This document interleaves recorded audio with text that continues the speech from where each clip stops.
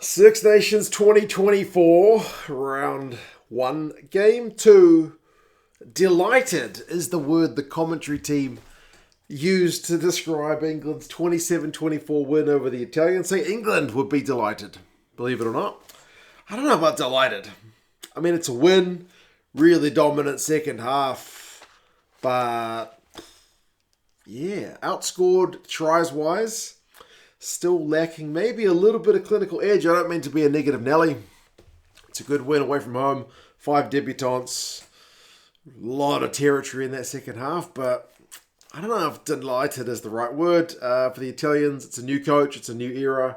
And certainly some positive signs. But for them, ultimately, another loss. We'll go through some key events and stats. You guys can let us know your thoughts. This game started at 3:15 in the morning here in New Zealand. So probably a wee bit bleary-eyed. I noticed no Capozzo, no Genge on the pitch. Both guys kind of late scratchings after initially being named in their squads. And the Quesada era didn't get off to the greatest start because they conceded a penalty within 10 seconds for collapsing a maul. But then Itoje gave away an offside penalty not long later.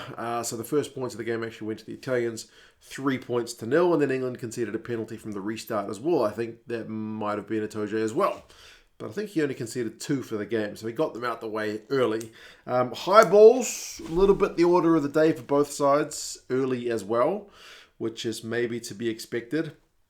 Kind of expected Ioane to be fielding a few. Stewart fielded one for England really well. He is safe as houses there, but Ioane, he took one for Italy, and it pretty much led directly to a try. I feel like Italy knew this aerial bombardment initially was going to come. And both their early tries, both their first half tries, literally come from fielding high balls. Ioane takes one out wide. He catches the ball, does well. I was not 100% sold on his ability, but he proved me mighty wrong. He catches it very handily, and then they just spin the ball quick as you like. It was clearly the plan, is if you're going to take these high balls wide, as long as we can catch them, spin the bloody thing wide. And they did it, man. Quick ball through the midfield. Brex, the link-up man, offloads to Lorenzo Cannone.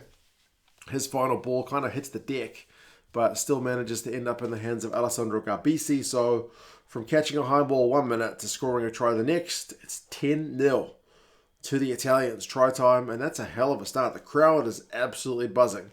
To be fair to England, and I know I was a little bit hard on them at the start, they do go like 10 phases in reply, which is good bit of pressure. Lorenzo Cannone gets pinged for not supporting his body weight at the breakdown, so England are able to get 3 points back, which is a perfect reply. And Italy, often guilty of those kind of soft coach killer moments, which will be frustrating for the coach, but it's the kind of thing, if you can get rid of them, you certainly have that potential for an easy fix to maybe take your game to the next level. But as I said, credit to England for not letting the kind of occasion with all your 5 new guys in the squad, 10 points down, ferocious Italian crowd really getting behind their team. So they get 3 points on the board back within a try. And then England have a couple of these good moments of their own where rather than kicking to the wingers to try and, contest it in the air, just kick the bloody thing long and get it to hold up on that artificial turf in the very deep in-goal areas. They had it happen on 19 minutes. It looked like for all money it was going dead, but it holds up in the in-goal area, which means the Italians have to go for a 22-meter goal line dropout. Ethan Roots with the big carry on return. He gets man of the match on his debut, so congratulations to him. But big carry from the kick return. And that bit of momentum going forward from him. They get the ball wide to Freeman, who gets a nice wee line break. He is dangerous. And then Elliot Daly is able to kind of finish the thing off. Misconversion, but 10 points to 8. So all comes from a bit of a nothing Monty Ioane kick, to be honest. He kicked it long. England kicked it straight back at them, and then they got that big territorial advantage. So, good fight back from England after going down early. But then again, 25, and I'm going to say his name again, Monty Ioane involved when he's not kicking, this time safe under a high ball. What do they do after the high ball? Spin the thing wide, quick into the space. Brex again with the pop ball, this time to Menoncello. They get it to Allan, who's able to finish under the posts. So 17-8. maybe don't kick the ball so much to the Italian wingers, because that creates the space and the width that they are looking for. Kick it long. 17-8. Crowd is absolutely pumped. But, again, Italy guilty of not kind of taking the game by the scruff of the neck when you have that advantage, because a weak Alessandro Garbisi box kick gives England a great chance with a bit of territory. They go through 10 phases. England concede a penalty to the Italians, so England go 5 metre out. Italy don't contest the line out. They actually managed to stop the maul, which is a change from last year when they played in this competition, and England had great success at the maul. Freeman's able to go close while getting his pants pulled down. Italy concede a penalty again, and this time England opt for the 3. It's an easier spot to kick from. Maybe a little bit of a psychological victory for the Italians, holding out the maul, getting England to opt for the 3, but it's another 3 points on the board for the English, so 17 points to 11. And then another kick from England, which looks like it's going to go dead, but it holds up in the goal area. I think it's forward this time. More territory, more phases. Italy, soft penalty conceded, man. Tackle off the ball. 17-14 forward with another kick. If you're going to give George Ford these opportunities, he's just going to punish you all day long. Look how many points the guy finishes with. All those kicks are his. So, yeah, pretty gutting from the Italians. But, from 10 points down, from conceding those 2 early tries, England come back to make it a 3-point game at halftime, although they wouldn't have been expecting to go into the sheds with a deficit. 148 run meters for the Italians, 226 for England at halftime. England have had a lot more ball, 66%. And 57% territory. So kind of dominant in those key areas. They've been kicking a fair bit of ball, 18 to Italy's 12. Clean breaks is 2 apiece. But credit for the Italians. They've tackled at 90% and made 114 to England's 42. So, yeah, defensively not kind of falling apart. But I still think a few too many soft moments. Second half, geez, it's England. England, whatever they said at halftime, it worked a treat. Italy didn't look the same team for large periods of that second half. So whilst England may not have just gone and blitzed them with 4-try kind of bonus point territory, they still absolutely dominated them. I think they'll be disappointed they didn't get more points out of it, to be fair. I mean, Freeman went bloody close with a little dink through that just couldn't quite stay in. If it had stayed in, he would have got himself on the board. It was Italy from the restart, just guilty of not getting a proper exit in.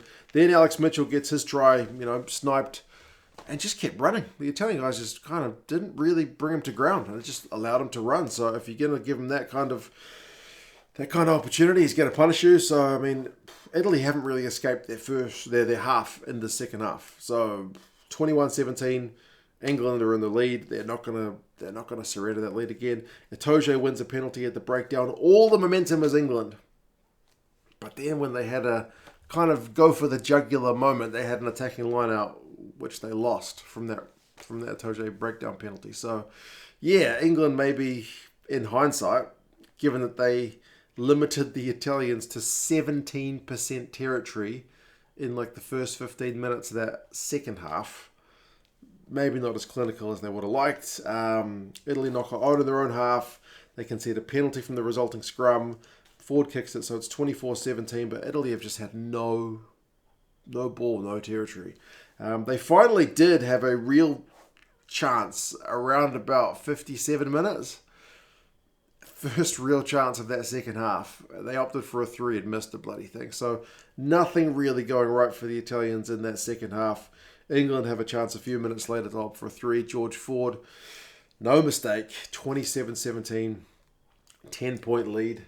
But that's the final score for England. So like I said, they'll be a little bit disappointed they didn't push on a bit more. Italy did have a wee bit of a kind of second wind at the latter periods of the second half. They finally managed to go 10 phases, but I mean, England would win a breakdown penalty. Theo Dan got 6.5 minutes, which is better than the 5 that I thought he'd get, I suppose. But I mean, 10-point lead, you got a bunch of debutants on. I can understand why Borthwick doesn't want to remove the captain too early. Daly gets himself yellow carded for a pretty dumb trip on Menoncello. But I mean, Lamaro gets yellow carded in return on defensive play for Italy. You thought maybe with the yellow card at the end, when Italy had a man up, maybe the last 5 minutes they can get themselves within a score. Not to be. But they did keep fighting. Like, they were on their own line with the clock basically going into the red. Managed to get a scrum penalty on their own line and just go length of the field. 10 plus phases, which included quick hands, which involved a loopy pass from your debutant prop, which involved a cross kick. Eventually, Ioane gets the better of Dingwall, and he's able to go for a try. So it looks like it was within a score, and it was, but it's a late consolation try for the Italians, which gets them a losing bonus point. So they're not going to kind of get nilled this year, which is something pretty pleasing. But given that they were up by 10 points at the start of the game and had a halftime lead, I still think they'll be pretty disappointed with their start to the second half for sure, and a few soft moments in the first.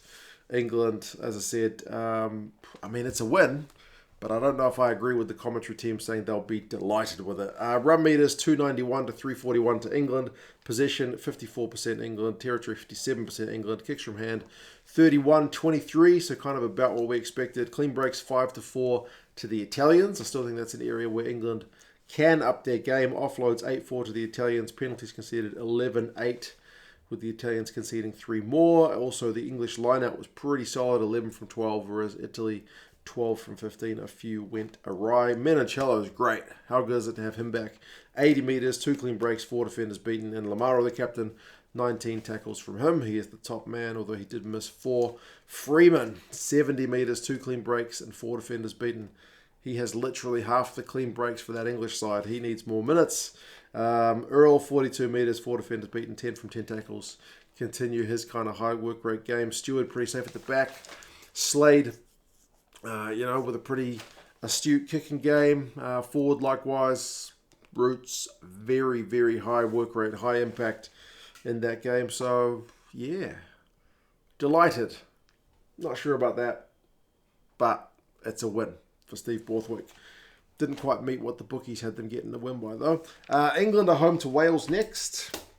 It'll be interesting to see kind of the lineups and how experienced or not both the coaches go, because there's a few debutants or like low cap guys in both of those squads. And Italy away to Dublin. So, tough ask. But anyway, I'm off to watch Wales taking on Scotland as the sun is threatening to rise here in NZ. You guys let us know your thoughts on the game, and talk to you guys again soon. See you later.